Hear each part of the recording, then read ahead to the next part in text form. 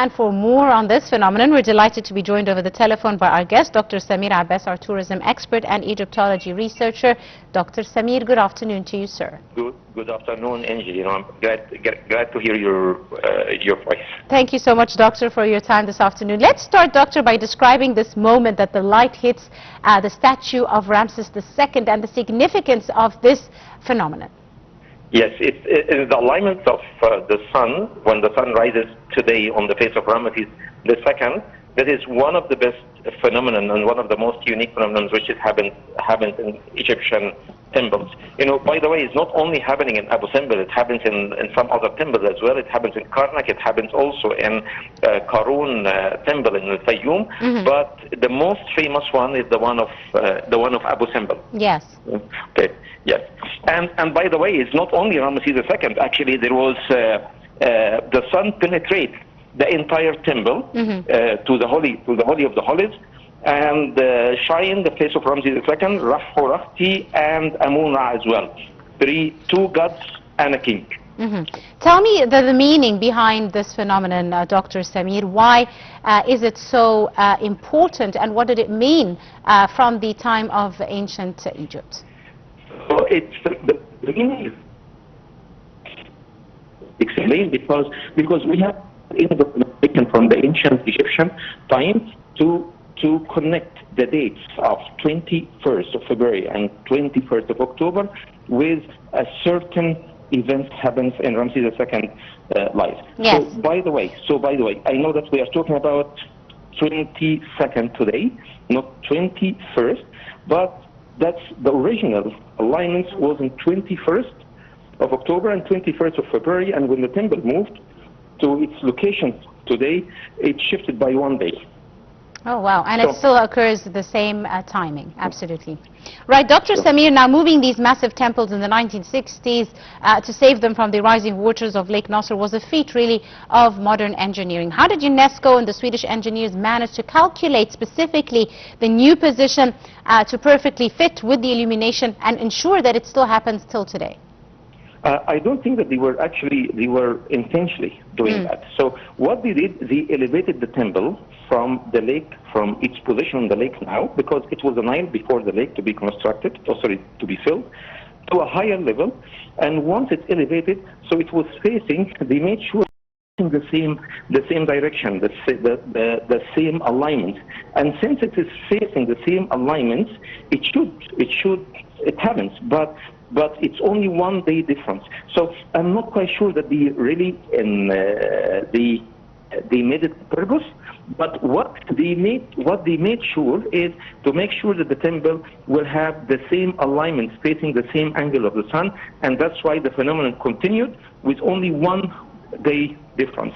But there is also another interesting thing when it comes to the UNESCO involved, because there is a hidden history, a very important history for us as an Egyptian, as part of the moving process, which is another miracle of engineering.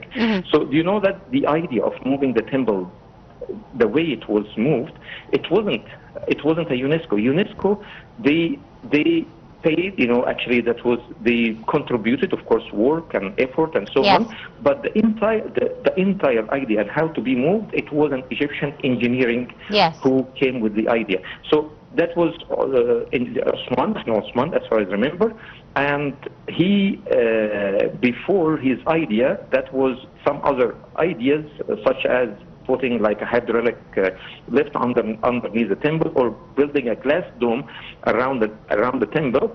So, but he said that it's not practical. Let's cut the temples into pieces and move it and have it reconstructed together with the mountain at the background. In the beginning, he called this plan the massacre of Abu Simbel temple.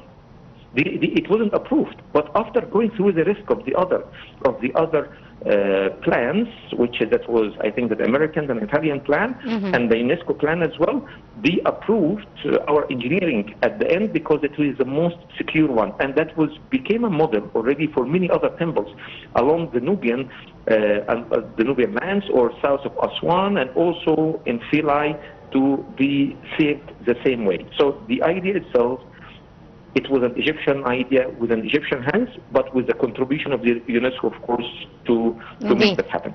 Indeed. Dr. Samir, now interestingly, as you mentioned, the sun illuminates Ramses II and the gods Amun and Ra-Hurghati, but leaves the god of darkness in the shadow. How do you see the That's symbolism? Quite interesting, because it will lead us to another debate. So there is a debate is whether this phenomenon happens by coincidence, which is not intentionally planned by Ramses II engineering while they are building the temple, or better to say, cutting the temple from the mountain, because it's not being built, it's cut from a mountain, or it was planned from the beginning.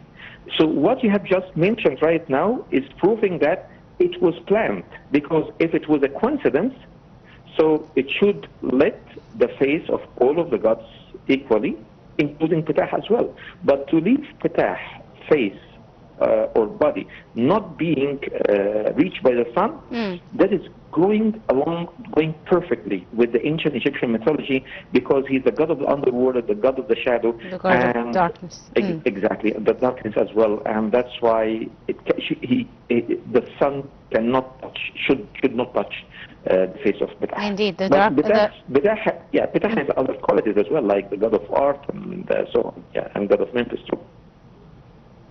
Right, indeed, Dr. Samir, as you said, the god of darkness remains in the dark.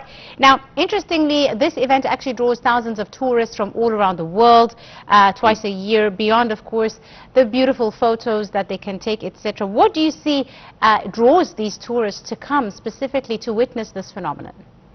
So it's there was a big number of tourists actually today in the temple, and especially at the time which is the duration for this phenomenon is only 20 minutes. And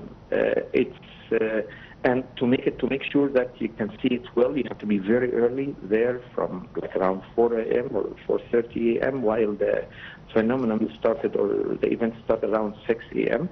So it attracts attention of lots of people, but unfortunately not everybody can see it, and that's why all of the planners, the travel planners, they should put a disclaimer to the guests that they cannot 100% guarantee that they will be able to see the phenomenon. But it attracts attention. It attracts attention actually to Egypt, to Abu Simbel in particular, but what I suggest is to look for other phenomena like this one, not only in Abu Simbel, and that is already happening. Like Karnak Temple became already known because the same thing happening in Karnak Temple in a specific day of the year, and also the one the alignments of the sun in Karun Temple in Fayoum as well. So it's kind of trendy now.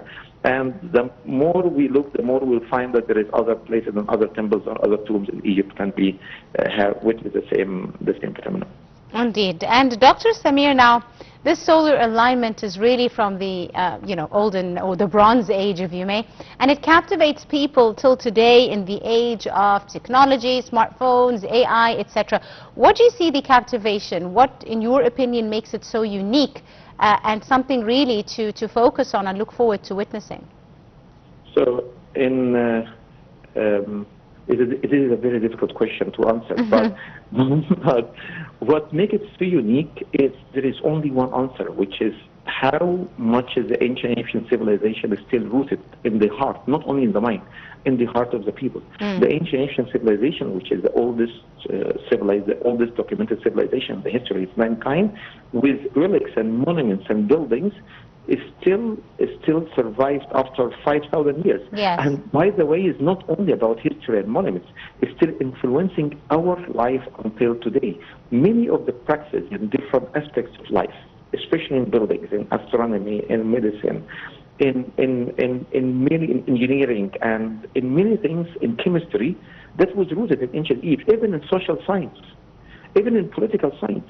Many of these science rooted in ancient Egypt. And I think that's why the people all around the world, they will not forget, or they will not give up actually giving appreciation for the ancient Egyptian civilization, the ancient Egyptian culture. Absolutely right. On that very positive note, I'd like to thank you very, very much, our dear guest, Dr. Samir Abbas, our tourism expert. Thank you very much, sir, for your time and your insights on today's edition of Africa Today.